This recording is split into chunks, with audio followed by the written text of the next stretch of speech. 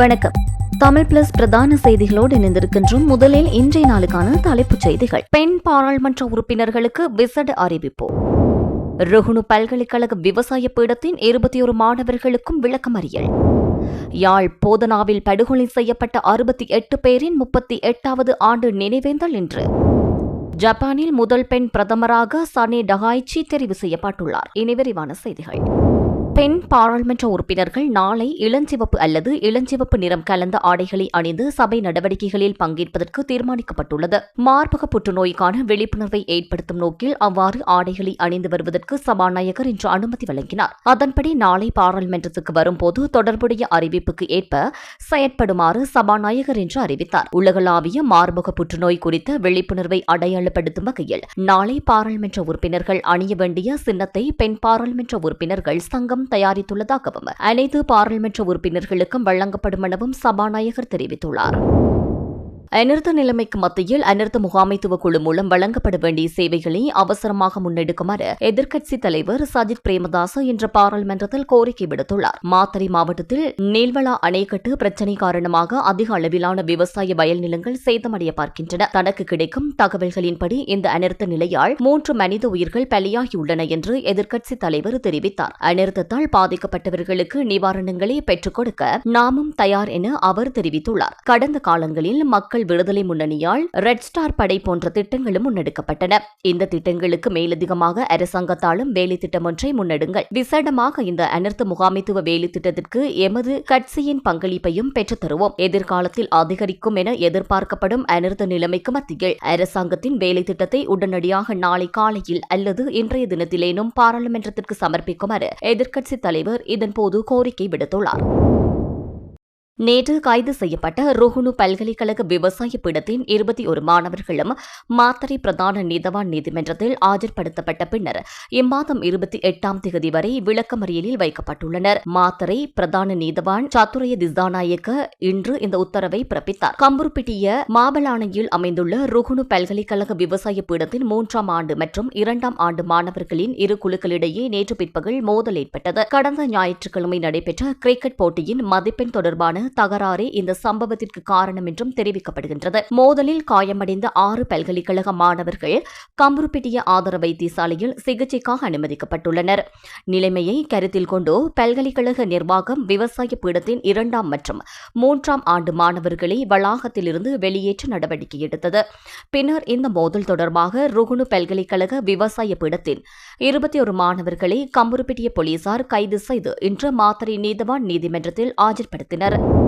யாழ்ப்பாணம் போதனா வைத்தியசாலையில் 1987ஆம் ஆண்டு படுகொலை செய்யப்பட்ட 68 பேரின் 38வது ஆண்டு நினைவேந்தல் நிகழ்வுகள் இன்று இடம்பெற்றன. யாழ் போதனா வைத்தியசாலையில் இடம்பெற்ற இந்த நினைவேந்தல் நிகழ்வில் வைத்தியசாலை சமூகத்தினர் மற்றும் படுகொலை செய்யப்பட்டவர்களின் உறவினர்கள் உள்ளிட்ட பலரும் கலந்து கொண்டிருந்தனர். இதன்போது உயிரிழந்தவர்களின் உருவப்படங்களுக்கு நினைவு சுடர் ஏற்றப்பட்டதோடு மலர் மாலை அணிவித்து மலரஞ்சலி செலுத்தப்பட்டது. 1987ஆம் ஆண்டு யாழ் போதனா வைத்தியசாலையில் இந்திய அமைதி படையினரின் தாக்குதலில் வைத்தியசாலை பணியாளர்கள் 21 பேர் உள்ளிட்ட 68 பேர் படுகொலை செய்யப்பட்டதோடு பலர் காயமடைந்தமையும் குறிப்பிடத்தக்கது.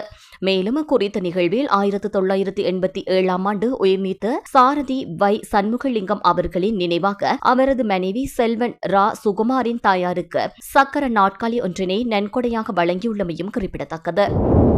யாழ்ப்பாணத்தில் கடந்த ஒரு வார காலப்பகுதியில் 29 பேர் யாழ்ப்பாண போலீசாரினால் கைது செய்யப்பட்டுள்ளனர். கடந்த 14ஆம் திகதி முதல் 20ஆம் திகதி வரையில் போலீசார் மேற்கொண்ட விசேட நடவடிக்கையின் போது 45 போத்தல் கசிப்பு காய்ச்சுவதற்கு பயன்படுத்தப்பட்ட உபகரணங்கள், 90 லிட்டர் கோடா, சாராயம் மற்றும் போதைப் பொருட்கள் என்பவற்றை உடமையில் வைத்திருந்த குற்றச்சாட்டுகளின் கீழ் அவர்கள் கைது செய்யப்பட்டுள்ளனர். கைது செய்யப்பட்ட அனைவரும் நீதிமன்றம் ஊடாக சட்ட நடவடிக்கைக்கு உட்படுத்தப்பட்டுள்ளனர். இவ்வாறு கைது செய்யப்பட்டவர்களில் 11 பேர் புனர்வாழ்வு மையத்திற்கு அனுப்பி வைக்கப்பட்டுள்ளனர் என போலீசார் தெரிவித்துள்ளனர். மேலும் போலீசாரின் விசேட நடவடிக்கை தொடர்ந்து முன்னெடுக்கப்பட்டு வருகின்றமையும் குறிப்பிடத்தக்கது. தடுப்பு காவலில் விசாரணைக்கு உட்படுத்தப்பட்டுள்ள இஷாரா செவ்வந்தியின் வாக்குமூலத்தினூடான பல விடயங்கள் வெளியாகியுள்ளன. அவர் தலைமறைவாகியிருக்க உதவி புரிந்தமை தொடர்பில் கிளிநொச்சி உள்ளிட்ட பகுதியைச் சேர்ந்த 7 பேர் கைது செய்யப்பட்டுள்ளதாக போலீசார் தெரிவித்துள்ளனர். நேபாளத்திலிருந்து கைது செய்யப்பட்டு அழைத்து வரப்பட்ட இஷாரா செவ்வந்தி 90 நாட்கள் தடுப்பு காவலில் வைத்து விசாரணைக்கு உட்படுத்தப்பட்டுள்ளார். அதற்கமைய கண்ணியமுள்ள சஞ்சீவ கொலை செய்யப்பட்டதன் பின்னர் நாட்டின் சில பகுதிகளில் இஷாரா செவ்வந்தி தலைமறைவாகியிருந்தார். அதன்படி மித்தனிய, கிளிநொச்சி, யாழ்ப்பாணம் என அவர் தங்கியிருந்த பகுதிகளில் உதவி புரிந்தவர்கள் கைது செய்யப்படுவதாக போலீசார் தெரிவிக்கின்றனர். இஷாரா தங்கியிருந்த பகுதிகளுக்கு அவர் அழைத்து செல்லப்பட்டு விசாரணைகள் முன்னெடுக்கப்பட்டு வருகின்றன. கடும் காற்று, கனமழை மற்றும் கடல் கொந்தளிப்பு தொடர்பில் வளிமண்டலவியல் திணைக்களம் எச்சரிக்கை விடுத்துள்ளது. இன்று பிற்பகல் வெளியிடப்பட்ட அறிக்கையில் இந்த எச்சரிக்கை அறிவிப்பானது எதிர்வரும் 24 மணி நேரத்திற்கு செல்லுபடியாகும் என தெரிவிக்கப்பட்டுள்ளது. வளிமண்டலவியல் திணைக்களம் வெளியிட்டுள்ள குறித்த அறிக்கையில் வங்காள விரிகுடாவின் ஆழ்கடல் பகுதியில் பயணிக்கும் பல நாள் மீன்பிடி படகுகள் அவதானத்துடன் இருக்க வேண்டும் என்று குறிப்பிடப்பட்டுள்ளது. நாட்டின் கிழக்கே உள்ள கீழ் வளிமண்டலத்தில் ஏற்பட்ட குழப்பம் தற்போது குறைந்த அழுத்த தாழ்வு பகுதியாக உருவாகியுள்ளது. இது மேலும் வலுவடைந்து இலங்கைக்கு அருகே வடமேற்கு நோக்கி நகரும் என்று எதிர்பார்க்கப்படுகின்றது. இடியுடன் கூடிய மழை பெய்யும் சந்தர்ப்பங்களில் காற்றானது 55 தொடக்கம் 65 கிலோமீட்டர் வேகத்தில் அதிகரித்து வீசக்கூடும். மேலும் கடல் பகுதிகள் மிகவும் கொந்தளிப்பாக காணப்படும் என வளிமண்டலவியல் திணைக்களம் அறிவித்துள்ளது.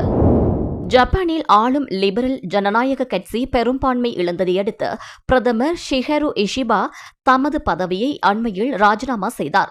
அதன் பின்னர் அக்கட்சியின் புதிய தலைவராக அமைச்சர் சனே டகாய்ச்சி தேர்ந்தெடுக்கப்பட்டார்.